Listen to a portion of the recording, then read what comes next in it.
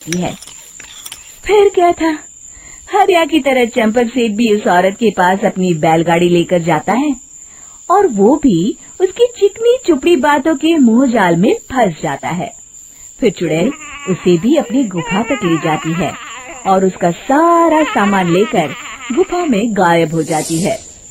बेचारा चंपक सेठ लाचार होकर खाली हाथ गांव लौट आता है। फिर ये उस जंगल में रोज की बात हो जाती है। जो कोई भी शहर से कुछ लेकर गांव की तरफ लौटता, वो चुड़ैल उसे बेवकूफ बनाकर उसका सारा सामान लेकर गुफा में गायब हो जाती। एक दिन हरिया एक लकड़हारे को उसी जंगल की तरफ जाते हुए देखता है। फिर हरिया उसे रोकते हुए कहता है, अरे भाई, क्यों अपनी मौत को दावत दे रहे हो?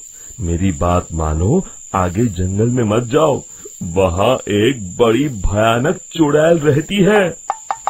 लकड़हारा हरिया की बातों को नजरअंदाज करते हुए कहता है, अरे भाई, मुझे पहले ही बहुत देर हो चुकी है, मुझे जाने दो भाई। शाम तक लकड़ियाँ काट कर शहर के बाजार में बेचना है। तुम अपनी ये कहानी किसी फुर्सत में बैठे इंसान को सुनाओ, मैं तो चला।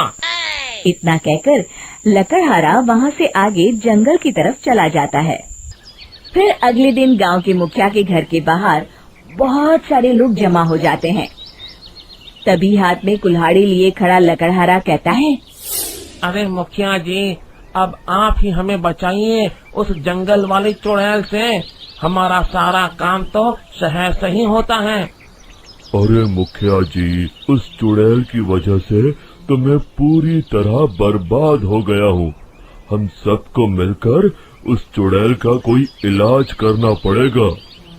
तभी भीड़ में खड़ा वीरा कहता है, आप लोग चिंता मत करिए, कल से वो चुड़ैल किसी को नहीं लूट पाएगी। मेरे पास एक बहुत अच्छी तरकीब है।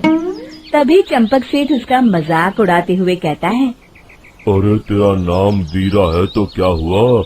तूने अभी उस चुड़ैल को देखा नहीं है? जाकर अपना काम कर, बड़ा आया। तब मुखिया जी कहते हैं, नहीं नहीं चंपक सेठ, मुझे लगता है हमें इस लड़के को एक मौका देना चाहिए। फिर सभी गांव वाले मुखिया जी की बातों से सहमत हो जाते हैं और वीरा शाम को एक बैलगाड़ी में कुछ सामान लादकर उस जंगल की ओर चल देता है।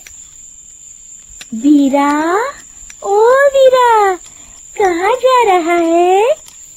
तभी वीरा मुड़ के देखता है, वही चुड़ैल एक औरत के रूप में खड़ी है। अरे बहन जी, मैं आपको ही ढूंढ रहा था। देखिए, मैं आपके लिए क्या लाया हूँ।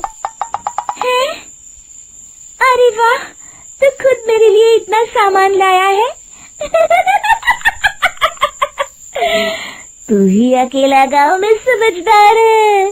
जरा देखो, मैं भी खोल के, बड़े भूख लगी है।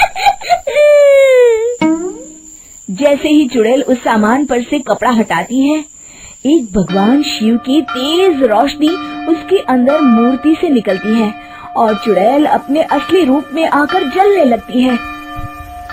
अरे मैं जल रही हूँ, बचाओ, बचाओ, ओम नमः शिवाय, मर गई मैं। देखते ही देखते वो चुड़ैल राख के साथ उड़ जाती है और सभी गांव वाले भी वहां आ जाते हैं।